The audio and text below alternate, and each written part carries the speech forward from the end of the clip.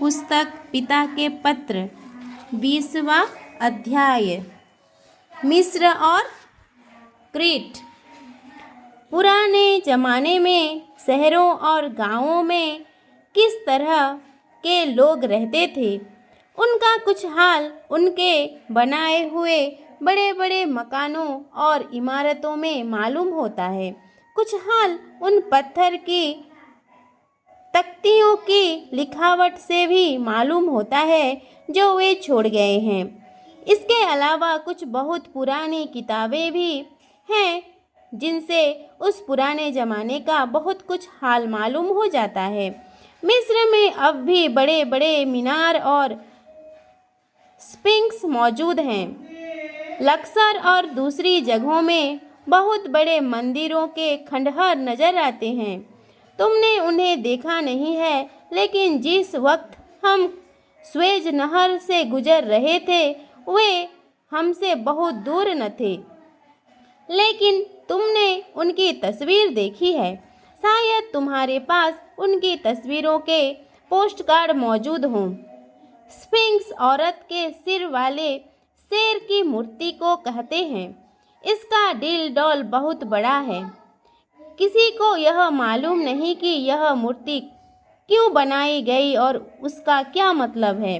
उस औरत के चेहरे पर एक अजीब मुरझाई हुई मुस्कुराहट है और किसी की समझ में नहीं आता कि वह क्यों मुस्कुरा रही है।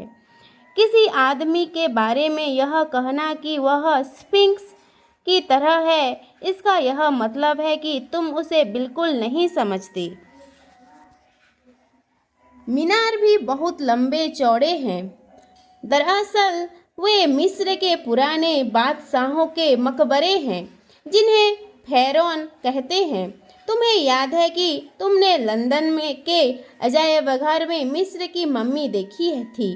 मम्मी किसी आदमी या जानवर की लाश को कहते हैं जिसमें कुछ ऐसे तेल और मसाले लगाए दिए गए हो कि वह सड़ न सके।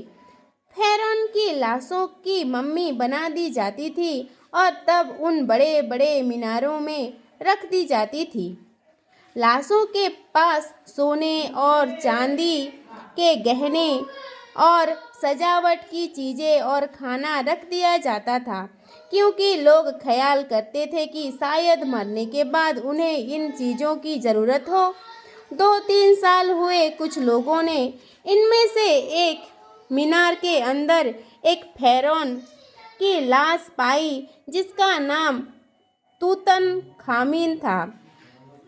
उसके पास बहुत सी खूबसूरत और कीमती चीज़ें रखी हुई मिली। उस ज़माने में मिस्र में खेती को सींचने के लिए अच्छी अच्छी नहरें और झीलें बनाई जाती थी। मेरिडू नाम की झील खासतौर पर मशहूर थी। इससे मालूम होता है कि पुराने ज़माने के मिस्र के रहने वाले कितने होशियार थे और उन्होंने कितनी तरक्की की थी। इन नहरों और झीलों और बड़े बड़े मीनारों को अच्छे अच्छे इंजीनियरों ने ही तो बनाया होगा। कैंडिया या क्रीट एक छोटा सा टापू है जो भूमध्य सागर में है। सईद बंदर से वेनिस जाते वक्त हम उस टापू के पास से होकर निकले थे। उस छोटे से टापू से में उस पुराने ज़माने में बहुत अच्छी सभ्यता पाई जाती थी। नोसोज में एक बहुत बड़ा महल था और उसके खंडहर अब तक मौजूद है। इस महल में गुसलखाने थे और पानी के नल भी थे जिन्हें नादान लोग नए ज़माने की निकली हुई चीज़ कहते हैं। इसके अलावा वहाँ खूबसूरत मिट्टी के बर्तन, पत्थर की नक्काशी तस्वीरें और धातु और हाथी दांत के बारीक काम भी होते थे।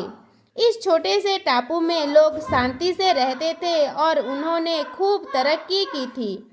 तुमने मिदास बादशाह का हाल पढ़ा होगा, जिसकी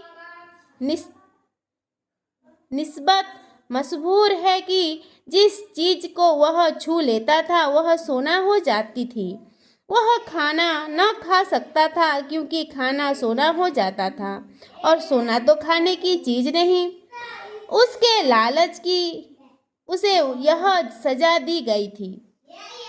यह है तो एक मज़ेदार कहानी, लेकिन इससे हमें यह मालूम होता है कि सोना इतनी अच्छी और लाभदायक चीज़ नहीं है जितनी लोग ख्याल करते हैं। क्रीट के सब राजा मिदास कहलाते थे, और यह कहानी उन्हीं में से किसी राजा की होगी।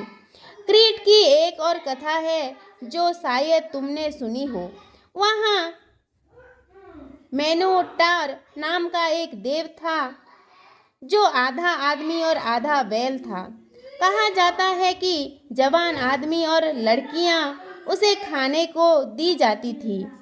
मैं तुमसे पहले ही कह चुका हूँ कि मजहब का ख्याल शुरू में किसी अनजानी चीज के डर से पैदा हुआ।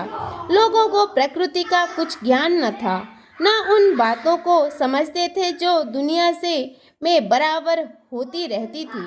इसलिए डर के मारे वे बहुत से बेवकूफ़ी की बातें किया करते थे। यह बहुत मुमकिन है कि लड़के और लड़कियां का यह बलिदान किसी देव को न किया जाता हो, बल्कि वह महज ख्याली देव हो, क्योंकि मैं समझता हूँ ऐसा देव कभी हुआ ही नहीं। उस पुराने जमाने में सारे संसार में मर्दों औरतों का फर्जी देवताओं के लिए बलिदान किया जाता था। यही उनकी पूजा का ढंग था। मिस्र में लड़कियां नील नदी में डाल दी जाती थी। लोगों का ख्याल था कि इससे पिता नील खुश होगा। बड़ी खुशी की बात है कि अब आदमियों का बलिदान नहीं किया जाता।